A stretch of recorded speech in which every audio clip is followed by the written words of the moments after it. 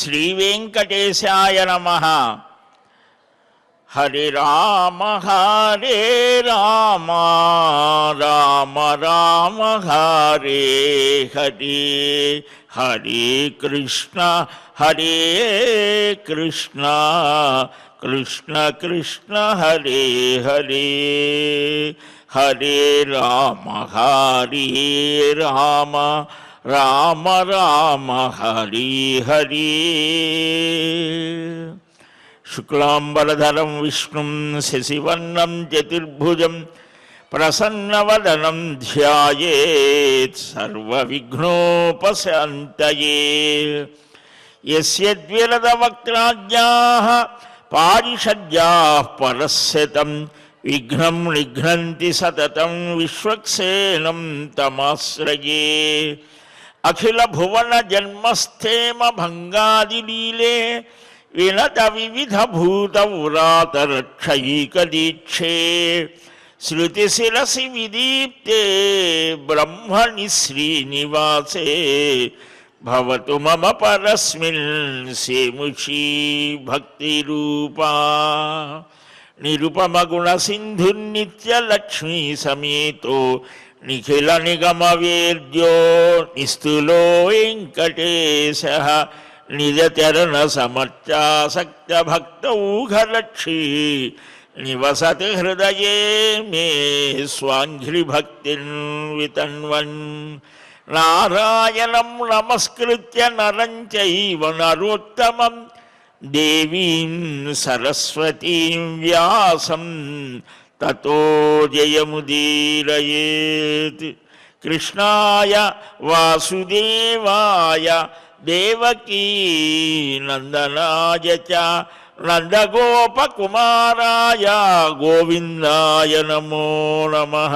అస్మత్శ్రీ గురుచరణారవిందాభ్యాం నమః. పరమగురుభ్యో నమః. సర్వగురుభ్యో నమః. కేసిధ్వజ ఉవాచ విష్ణుశక్తి పరా ప్రోక్త క్షేత్రజ్ఞాఖ్యా అధాపరా అవిద్యా కర్మ సంజ్ఞాన్యా తృతీయా శక్తిరిష్యతే. ఏతత్సర్వమిదం విశ్వం జగదేతచ్చరాచరం పరబ్రహ్మస్వరూపస్య విష్ణోః శక్తి సమన్వితం. పరమపురుషుని యొక్క పరమాత్మ సర్వాధారుడు, సర్వ జగత్ సృష్టికర్త, సర్వాంతర్యామి, సర్వశక్తిమంతుడు, సర్వజ్ఞ సకలామరార్చిత పద సప్తాచలాధీశ్వర. వేదాంతైరనుమేయ సుందర వపు మోహాభిగమ్య సదా. కళ్యాణం భవతాం కరోతు భగవాన్ పద్మావతి వల్లభ. మహానుభావులు సర్వజ్ఞులుగా ఇతడొకడే సర్వేశ్వరుడు సిత కమలాక్షుడు శ్రీ వెంకటేశుడు అని పదకవితా పితామహుడు చక్కగా గానం చేస్తాడు. అట్టి సర్వజ్ఞుడు, సర్వశక్తిమంతుడు, సర్వేశ్వరుడు, సర్వాంతర్యామి అయిన సకల జన వల్లభుడైన ఆ శ్రీనివాసుని యొక్క దివ్య పాదాల సాన్నిధ్యంలో చైత్రోత్సవం, నిత్యోత్సవం ఒక 40 రోజుల పాటు స్వామి ప్రతినిత్యము సాయం వేళలో అన్నమయ్య పాట వింటూనే నడుస్తాడు. ఇంకా వాద్యాలేవి ఉండవు, మరొకటి ఉండదు. గోవిందనామాలు అంటే ఒక్కొక్క భక్తునికి ఒక్కొక్క సమయంలో ఒక్కొక్క స్థానాన్ని ఇస్తాడు. ఏ ప్రాణికి కూడా వ్యర్థమైన స్థితి ఉండదు. అందులోనూ మన ఈ కలియుగం ఇది పాపాలకు నిలయమైన దీనిలో ఒక సూర ఉన్నదిట. ఏమిటది అంటే ఒక్కసారి నిండు హృదయంతో గోవింద, నారాయణ, ముకుంద, మాధవ అని హృదయపూర్వకంగా, అలా కాకపోయినా సరే సాంకేత్యం పారిహాస్యం వా స్తోభం హేళనమేవ వా అజామిలోపాఖ్యానం శ్రీమద్భాగవతం. అంటే మనం అదిగో తిరుమలలో ఆ స్వామి పుష్కరిణి దగ్గర కలుద్దామన్నారు, అది కూడా పుణ్యమేట. అలాగనే నేను మొన్న అక్కడికి వెళ్ళొచ్చానండి, రే వాడు తిరుపతి వెళ్ళొచ్చారు రా అంటాడు, అంటే హాస్యాస్పదం. అయినా వాడికి ఒక మార్కు వేస్తాడట. ఇప్పుడు అన్నీ మన గ్రేస్ మార్కులు ఇవే కదా మన వ్యవస్థ. ఆయన కూడా కలిలో కొన్ని మార్కులు గడుపుతూ ఉంటాడు. మన స్తోభం హేళనమేవ, ఎలాగైనా సరే అశేష అఘహరం విదుహు అనను, సమస్త పాపాలను పోగొడుతోంది భగవన్నామము. ఆ తర్వాత అసలైన కథ ఆరంభం అవుతోంది. రామిలోపాఖ్యానం సామాన్యంగా ఎందుకనంటే ఆ రుచి కలగడం కోసం అలాగా అంటారు. తర్వాత ఆయన గంగా తీరానికి వెళ్ళి సాధన చేశాడు. అది మళ్ళా చెబితే మళ్ళీ పారిపోతారేమో అసలు అని చెప్పి, ఇదిగో నారాయణ గోవింద మాధవ అలా నువ్వు పరమ విశ్వాసంతో అంటే ఆయన చేయి బట్టి నడిపిస్తాడు. అందుకని చైత్రమాసంలో పరమాత్మ సకల సుగుణాభిరాముడై అవతరించాడు. వేదవేద్యే పరే పుంసి జాతే దశరథాత్మజే వేద ప్రాచేత సాదాసీత్ సాక్షాత్ రామాయణాత్మన. అందుకని రామాయ శ్రీ వెంకటేశాయ నమః. సకల అవతారాలన్నీ కూడా ఆయనలో సమ్మిళితమయ్యాయిట. అందుకని రాముడు లోకాభిరాముడు, సమర విజయ రాముడు, ఇన్ని రకాలైనటువంటి భంగిమలతో ఉన్నట్లుగా భక్తులు భావన చేస్తారు. ఈ చైత్రమాసం ఒక నూతనమైనటువంటి మార్పులను తెస్తోంది. అందుకనే వడపప్పు పానకం ఇంకేదీ లేక కాదు అది పెట్టింది. మనలో ఈ ప్రకృతిలో వచ్చేటువంటి శారీరకమైనటువంటి వికారాలను తొలగించే శక్తి గుడం అంటే బెల్లము పానకం వీటిల్లో ఉన్నది. అందుకనే ఈ 9 రోజులు కూడా అంటే చైత్ర శుద్ధ పాడ్యమి మొదటి యుగారంభం, మొదటి మాసం, మొదటి తిథి పాడ్యమి బ్రహ్మగారికి సంబంధించింది. నక్షత్రం మొదటిది అశ్విని. ఇవాళ అన్నీ కూడా మొదలే. సరే 2 రోజులు అయిపోయింది కదండి, ఇవాళ ఏమిటి అని అంటారేమో. సంవత్సర ప్రారంభానికి ఒక విశేషం నిన్న చెప్పుకున్నాం. ప్రపాదానం అంటే చలివేంద్రాలు పెట్టి 4 మాసాలు ప్రాణికోట్లకు చక్కగా జలదానం ప్రపేయం సర్వసామాన్య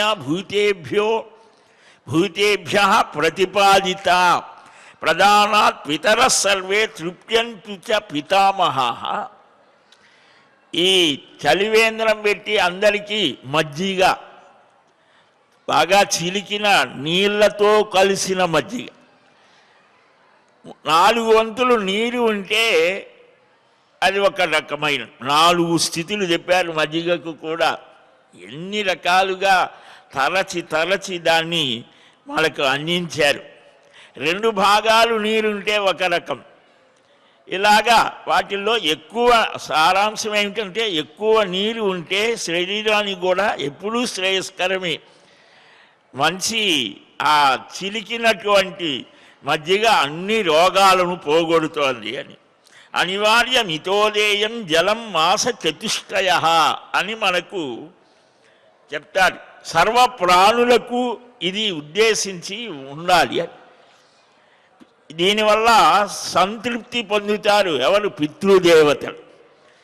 మేమేమి శ్రాద్ధాది క్రియలు చేయలేమండి అంటారా? ఇదిగో ఇది దేవన్నా.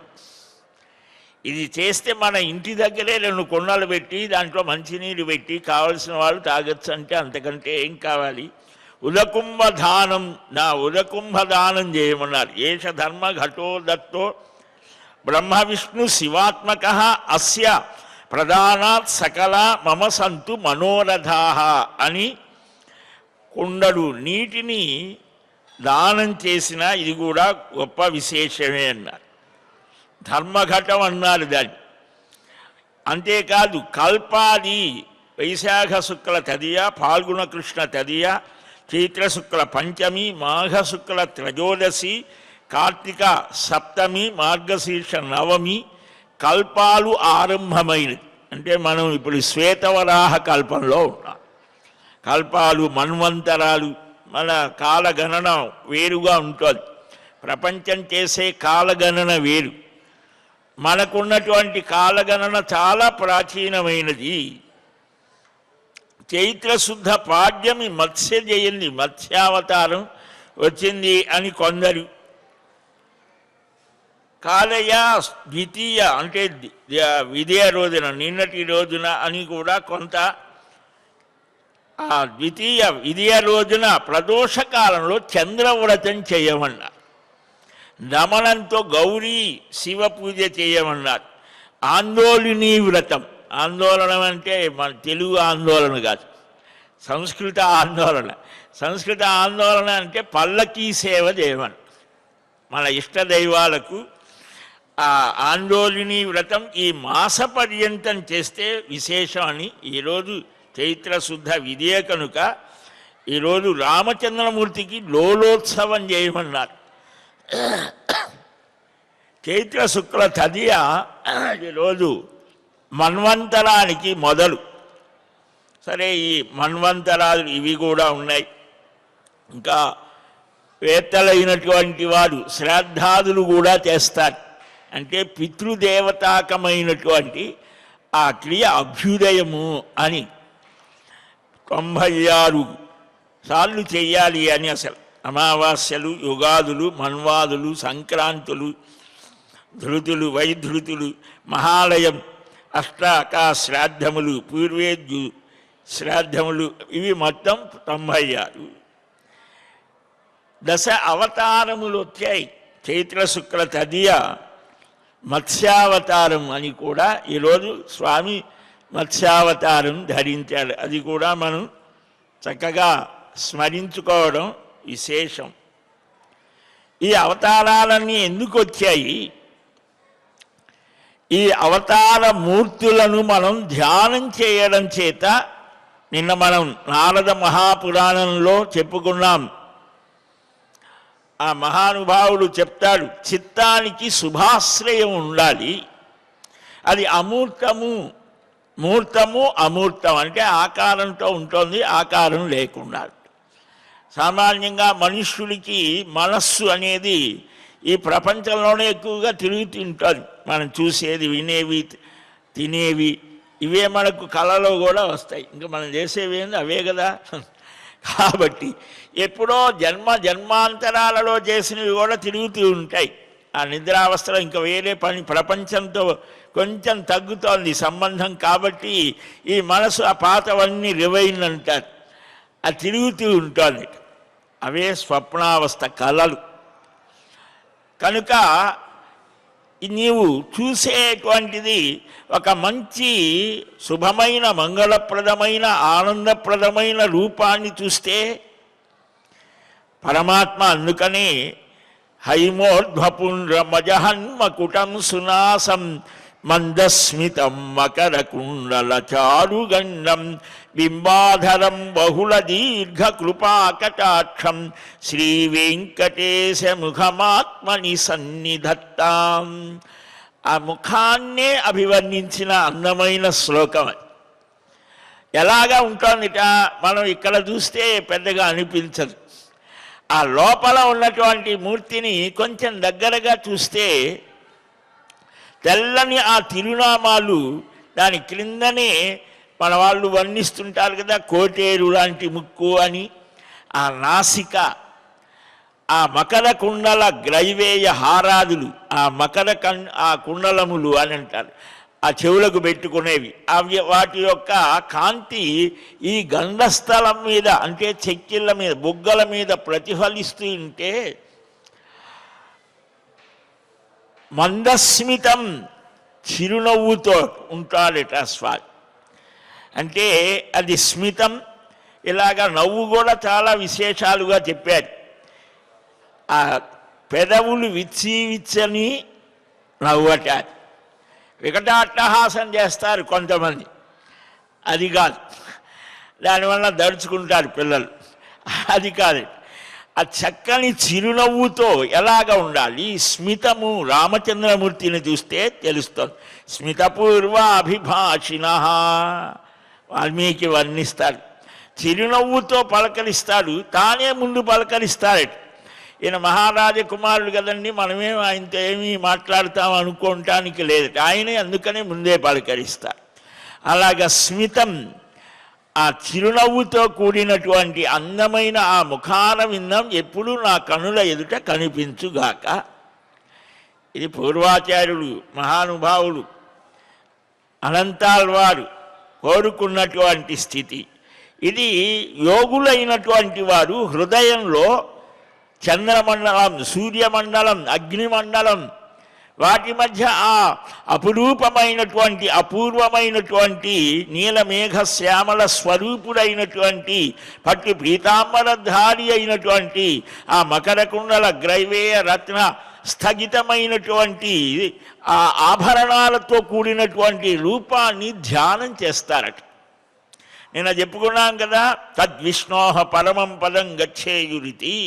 మానసీ పూజ హృది స్థితగతం పీఠం చతురస్రం హిరణ్మయం నానామణి గణజ్వాలాత్ విష్ప్రేక్ష్యం శుభం ఉజ్వలం తస్య మధ్యగతం ధ్యాయం నారాయణం అనామయం. హిరణ్యవపు ఉపనిషత్తులు చెప్తూ ఉన్నాయి.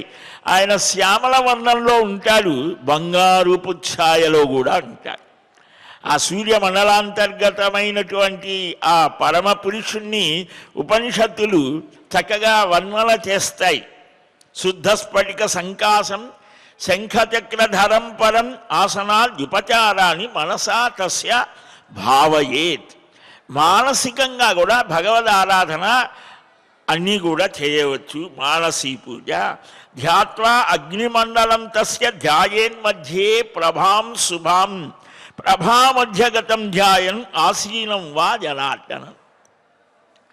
హృదయంలో ఆ ధారణ చేయటం చేత కాదు, అగ్నిని ధ్యానించి తద్వారా అగ్ని ద్వారా యజ్ఞ యాగ క్రతు ఇష్టి హోమాదుల ద్వారా ఆ యాగ క్రియ జరిపితే అది అమూర్త యజనము అని అన్నారు. అంటే ఆకారం లేదక్క, మనసు నిలబడదు కదా, అందుకనే ఆయన ఆకారంతో సురూపాం ప్రతిమాం విష్ణోః ప్రసన్న వదనేక్షణాం కృత్వాత్మన ప్రీతికరీం సువర్ణ రజతాదిభిః.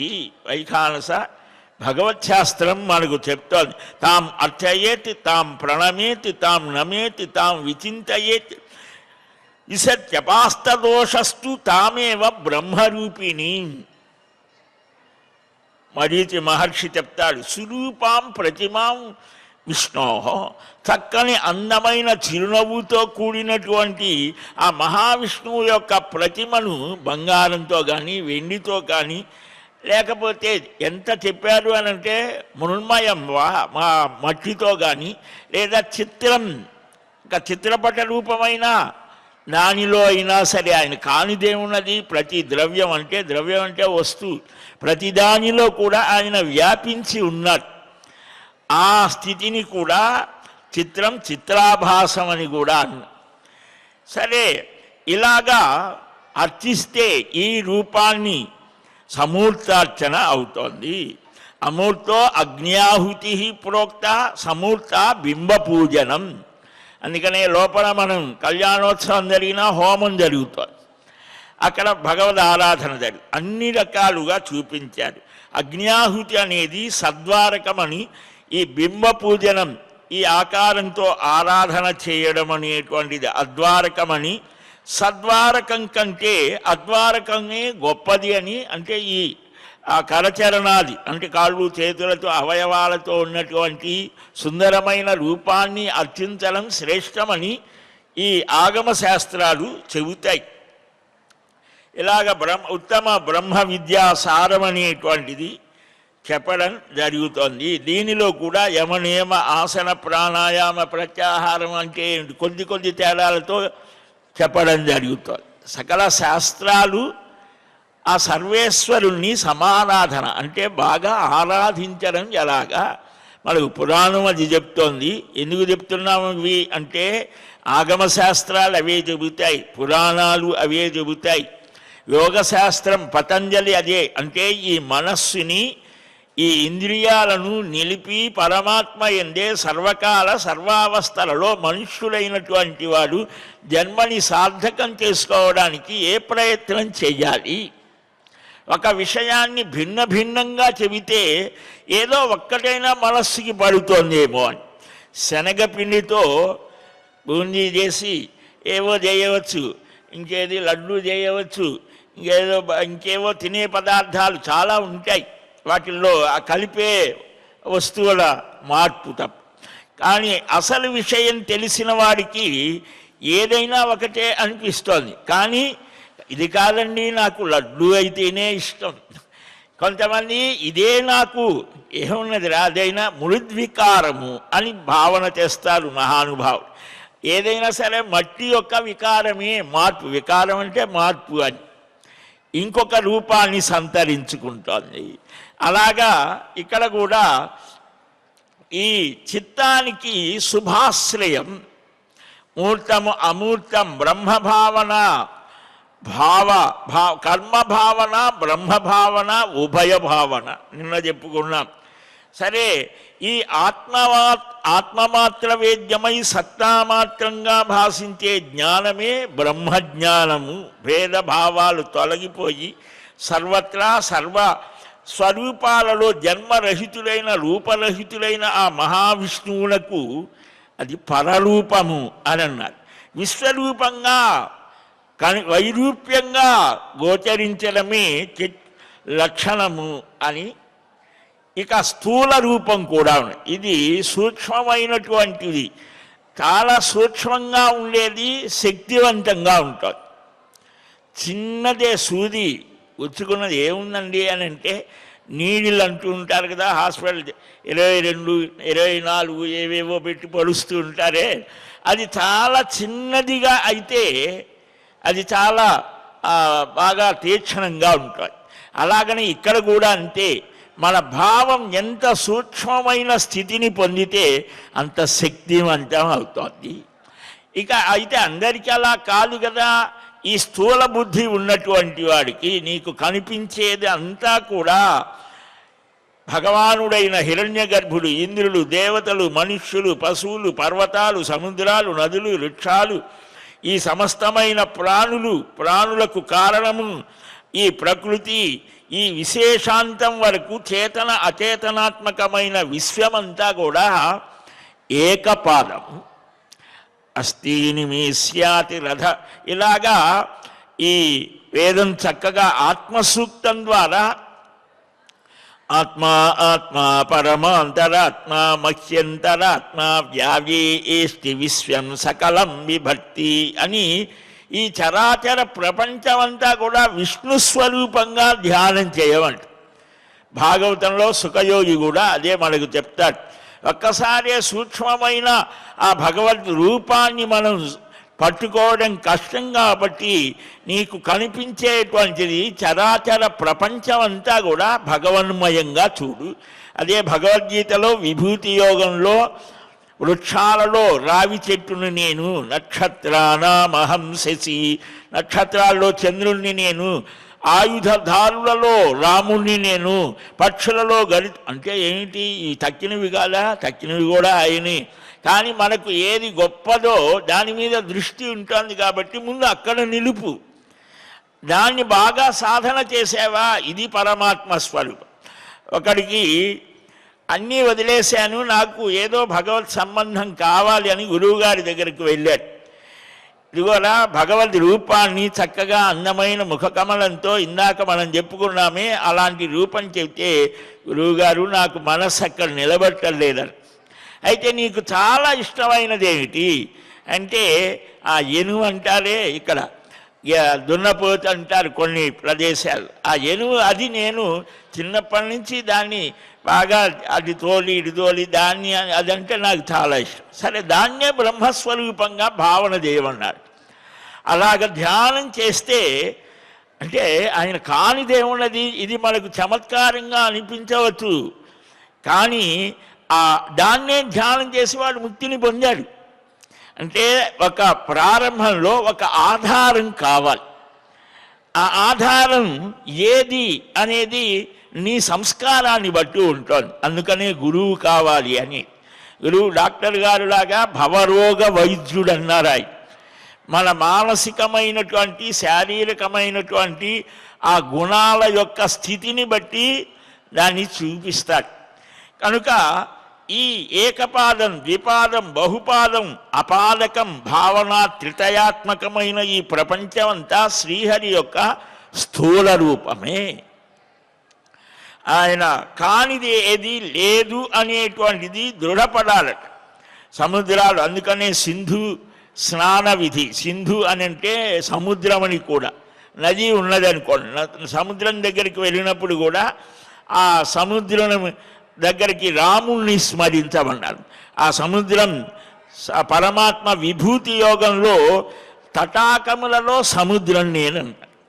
అలాగనే ప్రతిదానిలో చూడండి, ప్రతిదానిలో శ్రీమదూర్జితమేవ. ఎక్కడెక్కడైతే నీకు ఆ మానవాతీతమైనటువంటి అతిమానుషమైనటువంటి ఎక్స్ట్రాడినరీ అంటుంటామే, అసామాన్యమైన స్థితులు ఎక్కడైతే ఉంటాయో అవన్నీ నేనే అంటాను. అంటే ఇక్కడ ఒక్క చోటనే అనుకుంటావేమో, ఇదొక్కటే అనుకుంటావేమో, కాదు కాదు. వేష్టీతి వ్యాప్నోతి. విష్ణువు అనంటేనే సర్వత్రా వ్యాపించి ఉండేటువంటి వాడు. ఇది మనం బాగా గుర్తుపెట్టుకోవాలి. అందుకనే వేదంలో మహానారాయణ ఉపనిషత్తులో ఏకపాద్ విభూతి భావన త్రితయాత్మకమైన ఈ చరాచరమైన సమస్త జగత్తు ప్రపంచమంతా పరబ్రహ్మస్వరూపుడైన మహావిష్ణువు యొక్క శక్తి సమన్వితమైనటువంటిది. ఆ విష్ణు శక్తి పర అని, క్షేత్రజ్ఞుని అపర అని, అవిద్యాకర్మ అనేది మూడవ శక్తి అని అంటారు. క్షేత్రజ్ఞ శక్తి కలిగిన వారు కర్మల వల్ల చేష్టలు చేస్తారు. ఈడేమిట్రా ఎలాగ నడుస్తున్నాడు, ఎలాగ ప్రవర్తిస్తున్నాడు, కొంతమంది విచిత్రంగా ప్రవర్తిస్తూ ఉంటారు. అంటే మామూలు జనసామాన్యం అంతా ఒక స్థితిలో ఉంటే వాడి మాట, వాడి నడక, వాడి చేష్ట విపరీతంగా ఉంటుంది. కొంతమంది సక్రమంగా ఉంటుంది. కారణమేమిటి? కర్మ వాడిని నడిపిస్తోంది. ఆ కర్మల వల్ల వాడు రకరకాల స్థితులను పొందుతూ ఉంటాడు. కాబట్టి అది సారము లేని సంసారంలో వాడు అలాగా పడి ఉంటాడు. దానివలన సమస్త సాంసారికమైన తాపాలని పొందుతాడు. ఈ శక్తి చేత వలన ఆ శక్తి చేత తిరోహితమైనటువంటి, అశక్తి చేత తిరోహితమైనటువంటి శక్తే స్వల్పంగా ఉంటుంది. అది స్థావరాలలో కొంచెం ఎక్కువగా ఉంటుంది, సర్పాలలో అధికంగా, మనుష్యులలో ఆ మనుష్యులలో కంటే, స్త్రీల కంటే పురుషులలో వారి కంటే అధికంగా, నాగ గంధర్వ యక్ష దేవతాదులలో దేవతలందరిలో కంటే అధిక శక్తి కలిగిన వాడు ఇంద్రుడు. ఇంద్రుని కంటే ప్రజాపతి, వారి కంటే హిరణ్య గర్భుడు అధిక శక్తి కలిగిన వాడు బ్రహ్మగారు అన్నమాట. చివరికి రూపాలన్నీ శ్రీహరి రూపాలే అని భావించవయ్యా. పక్షులు, మృగాలు, పశువులు, మనుష్యులు ఇలాగా ఒక్కొక్క చోట ఒక్కొక్క ఆ శక్తి అభివ్యక్తం అవుతూ ఉంటుంది. మనం భగవద్గీత విభూతి యోగం చూస్తే చక్కగా అర్థమవుతుంది. కనుక ఇవన్నీ శ్రీహరి రూపాలు. ఆ రూపాలన్నీ పరమాత్మ శక్తితో కూడినటువంటివే. మన చేత పరమాత్మ ఆయన ఏం చేయదలుచుకున్నాడో అది చేయిస్తాడు, ఆ శక్తినిస్తాడు. మనం చేసేది మన పని కాదు. మన పని అనుకొని బాగా తాదాత్మ్యం పని చేస్తూ ఉంటాం, ఆయన పని చేసేది. ఆయన మన చేత చేయిస్తూ ఉంటాడు. మనం భారత భాగవతాదులలో చూస్తే తెలుస్తోంది, అర్జునుడు తన భగవంతుడితో చాలా దగ్గర అనుబంధం, నరుడు నారాయణుడు ఈ జంటగా చెప్పారు వారు. చాలా చోట్ల కేశములు అని అన్నారు, ఆది మునులు అని అన్నారు. ఇంతటి వాడు కూడా ఒక్కోసారి పొరపాటు పడ్డాడు ఆయన కూడా. ఇంతటి మహాభారత సంగ్రామం ఒక్క చేత్తో నేనే చేశాననేటువంటి భావన అంటే నరుడికి ఉండేటువంటిది. అంటే మన మీద డైరెక్ట్గా పెట్టి చెబితే మనం అసలు దాని ముఖం దూడం కాబట్టి ఆయన మీద పెట్టుకొని నేనే గొప్పవాడిని అనేటువంటి భావన కలిగి ఒక్కొక్కసారి అందుకనే కృష్ణ ఈ గుర్రాలు సరిగ్గా తోమవయ్యా, శుభ్రం చేయి, ఇదంతా చండాలంగా ఉన్నది అంటే అలాగే. ఎంత విచిత్రం అయ్యా, మూడు లోకములనేలడి మోహనుడవు, నేడు గుర్రములు తోలు పనికి ఒప్పుకుంటివి ఔరా. ఆశ్చర్యాన్ని పొందుతారు మహానుభావులు. సర్వ జగత్తుని నడిపించేటువంటి వాడు గుర్రాలని తలిపాడా. ఇక్కడ నీళ్లు లేవు అనంటే ఇదిగో నేను బాణం వేస్తున్నాను, ఒక సరస్సు సృష్టించాడు, చేయి నీ పని అన్నాడు, కింద నుండి నా పని చేస్తా అన్నాడు, నేల మీద ఉండి యుద్ధం చేశాడు, అంతా అయిపోయింది. రథం దిగవయ్యా అన్నాడు, అది ఎట్లా, నువ్వు ముందు దిగాలి, నాకు చెయ్యి అందించాలి, డ్రైవర్ పని ఏంటి అన్నాడు. అంతకుముందే అన్నాడు, కృష్ణ నీ సారథ్యంలో యుద్ధం చేయాలి, అదే నా కోరిక, ఆహా ఓహో అన్నాడు. ఆయన అన్నిటినీ సమానంగా సమత్వం, అలా కాదురా నాయన, కొంచెం మన వ్యవహారం అంతా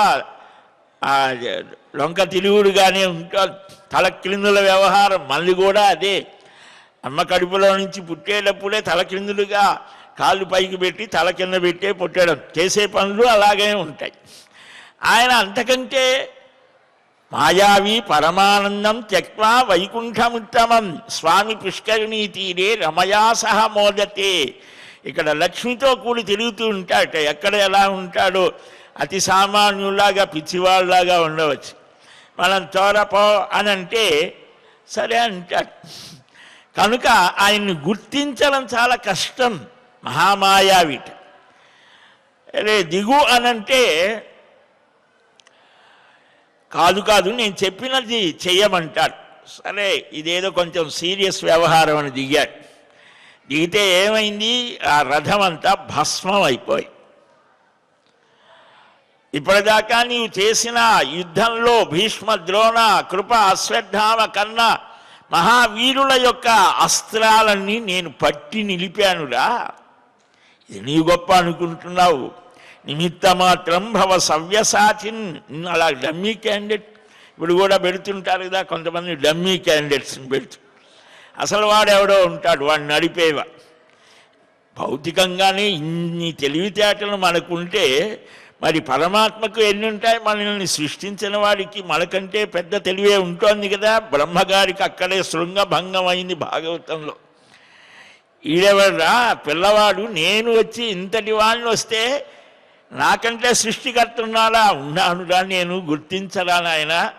1 సంవత్సర కాలం కాలమానం మానవ కాలంలో 1 సంవత్సర కాలం అన్నీ తానే అయ్యాడు. గోవులు గోపికలు గోపాలుడు, అమ్మ అనే వాడు తానే, ఆ అమ్మగా తానే, గోవులుగా తానే, గోపాలకులుగా తానే, గోవత్స దూడగా తానే, సర్వం విష్ణుమయం జగత్తు అడుగడుగునా మనకు చూపిస్తారు. కనుక ఏకపాద్ విభూతి, ఇదంతా మనం ఎంత చెప్పుకున్నా ఇదంతా కూడా ఒక్క భాగమే. మనకు తెలియనిది త్రిపాద్ విభూతి నారాయణం అని ఉన్నది. రావణుడు ఒకసారి వెళ్ళాడట శ్వేతద్వీపం, ఏదో చేద్దాం. అక్కడ హాయిగా ఒక క్రీడ, జలక్రీడ ఆడుతున్నారట కొంతమంది. అక్కడికి వాళ్ళ మీదకు నేనేదో పెద్ద మహావీరుని వెళ్తే వాళ్ళు ఇదేదో దోమ ఈగ అని ఇసిరి అవతల బారేశారు. అంటే ఆ భగవత్ శక్తి నారదుడికి కూడా ఆ శృంగభంగం. అంటే ఇవన్నీ ఏమిటి, నారదుడు అందరికీ కూడా గర్వభంగాలు అయ్యాయని మనకు పురాణాల్లో వస్తాయి. వారికి కాదు గర్వభంగం, మనకు. నీవు ఎంతటి వాడవైనా సరే భగవద్దాసుడిగా భావన చేస్తే నీకు ఉత్తమ స్థితి కలుగుతోంది. నీ ప్రజ్ఞ ఎంతవరకు రా నాయన. ఈ కనులు గోడ అవతల ఏముందో చెప్పలేవు, యంత్రాలతో నువ్వు ఇవాళ కనుక్కోవచ్చు. మంత్రాలతో మహర్షులు కనుక్కోవచ్చు, కానీ దీనికి అతీతమైనటువంటి స్థితి ఒకటి ఉన్నది అని అడుగడుగునా ఆయన చూపిస్తారు. కాబట్టి ఈ రూపాలన్నీ పరమాత్మ శక్తితో కూడినటువంటివే. ఆ విష్ణువు యొక్క రెండవ రూపం యోగులు మాత్రమే ధ్యానించదగినది. దానినే అమూర్తము అని అంటారు. అంటే ఒక ఆకారం ఉండదట. ఆ విష్ణు రూపానికే, అమూర్తమైన ఆ విష్ణు రూపానికే సత్తా, సత్ అని పేరు. సత్యము, సత్వము. ఆ సత్వం అనేటువంటిది గుణాల్లో వచ్చే సత్వం కాదది. బలం లేదా నిజం వీటికి వచ్చేటువంటిది. ఈ సమస్త శక్తులు ప్రతిష్ఠించబడి ఉన్న ఆ శ్రీహరి యొక్క స్వరూపమే మూడవ మహద్రూపం అన్నారు. ఆ రూపమే సమస్త శక్తి రూపాలను ఏర్పరుస్తోంది. ఆ శ్రీహరి లీల చేత దేవ తిర్య మనుష్యాదులు చేష్టలు కలవారు అవుతారు. మనలో ఆ కదలిక, ఆ చైతన్యం ఆ విష్ణు శక్తి వల్ల కలుగుతోంది. ఆ శ్రీహరి యొక్క చేష్ట సర్వవ్యాపిని, ఇతర నిమిత్తంగా విధించబడేది కాదు. ఆ విశ్వరూపుని, ఆ రూపాన్ని యోగ సాధన చేత చేసేవారు, చింతన చేసేవారు ఆ యోగులు అలాగ చేస్తారు. ఆ రూపచింతనమే ఆత్మశుద్ధిని కలిగించి సర్వ పాపాలను నశింపజేస్తోంది. జ్వాలలతో కూడినటువంటి అగ్ని సమస్తమైన అరణ్యాన్ని కాల్చివేసినట్లుగా ఈ చిత్తంలో ఉన్నటువంటి ఆ జన్మ జన్మలలో కూడగట్టుకున్నటువంటి సర్వ పాపాల్ని కాల్చివేస్తారు. కాబట్టి సమస్త శక్తులకు ఆద్యంతములైన ఆ శ్రీహరి శక్తిని హృదయంలో నిలుపుకోవాలి. దాన్నే శుద్ధ లక్షణం అంటారు. ఇదే చిత్తానికి శుభాశ్రయం అంటే. కొంచెం భిన్నంగా భగవద్ రామానుజాచార్య స్వామి శ్రీభాష్యంలో ఈ శుభాశ్రయం చక్కగా విశేషమైన వివరణలు ఇస్తారు. మనకు గ్రంథాలు కావలసినంత ఆస్తి ఉన్నది, కానీ దాన్ని సద్వినియోగం చేసుకునేటువంటి ఆలోచన ఆ సంస్కృత భాషాధ్యయనం చేత ఈ సొగసులు, ఈ సౌందర్యం, ఈ అందం, మన జన్మ సార్థకత ఇది వస్తుంది. అన్నీ చదవచ్చు, చాలా కష్టపడిపోతాం మనం, కానీ అసలు చేయవలసిన దాని కష్టం చెయ్యం. దానివల్ల తర్వాత అయ్యో బాధపడి భంగపడి అయ్యో ఎంతోమంది మేము చాలా మహామేధావులం అనుకున్నవారు చిట్ట చివరి సమయంలో వారు తెలుసుకొని రమణ మహర్షి ఆశ్రమంలోనో ఇంకొక ఆశ్రమంలోనో చేరి ఏడ్చి గందరగోళమైన వాళ్ళు చాలామంది. వారు సమాజాన్ని చాలా ప్రభావితం చేసి దేవుడు లేదు, దయ్యం లేదు, అది లేదు, ఇది లేదు అని చెప్పి వ్రాసి కొన్ని వేల మందిని ప్రభావితం చేసిన వారు చివరికి ఏమయ్యారు అక్కడ తేలారు. అది ఎవరు చెప్పండి. కనుక మానవ జన్మ యొక్క సార్థక్యతని తెలుసుకోవాలి. ఈ శుభాశ్రయం ఎలాగ ధారణకు యోగ్యమైనది అని చెప్పడం జరుగుతోంది. ఆ ధారణ ఎలాగ చేయాలనేటువంటి విషయాన్ని మళ్ళా మనం క్రమంగా గ్రహిద్దాం శ్రీవారి అనుగ్రహంతో. శ్రీకృష్ణ గోవింద హరే మురారే, హే నాథ నారాయణ వాసుదేవ. శ్రీకృష్ణ గోవింద హరే మురారే, హే నాథ నారాయణ వాసుదేవ. గోవింద జయ జయ గోపాల జయ జయ, రాధారమణ హరి గోవింద జయ జయ. హరే రామ రామ రామ హరే హరే, హరే కృష్ణ కృష్ణ కృష్ణ హరే హరే. స్వస్తి ప్రజాభ్యః పరిపాలయంతాం న్యాయ్యేన మార్గేణ మహీన్ మహీషాః. గోబ్రాహ్మణేభ్యः శుభమస్తు నిత్యం. లోకాః సమస్తాః సుఖినో భవంతు. శ్రియః కాంతాయ కళ్యాణ నిధయే నిధయేర్థినాం. శ్రీవేంకటనివాసాయ శ్రీనివాసాయ మంగళం. బలం విష్ణోః ప్రవర్ధతాం. సర్వం శ్రీకృష్ణార్పణమస్తు. వాసుదేవ నారాయణ ముకుంద మాధవ శ్రీహరి గోవింద వాసుదేవ ఏడుకొండలవాడ వెంకటరమణ గోవింద గోవింద గోవింద గోవింద.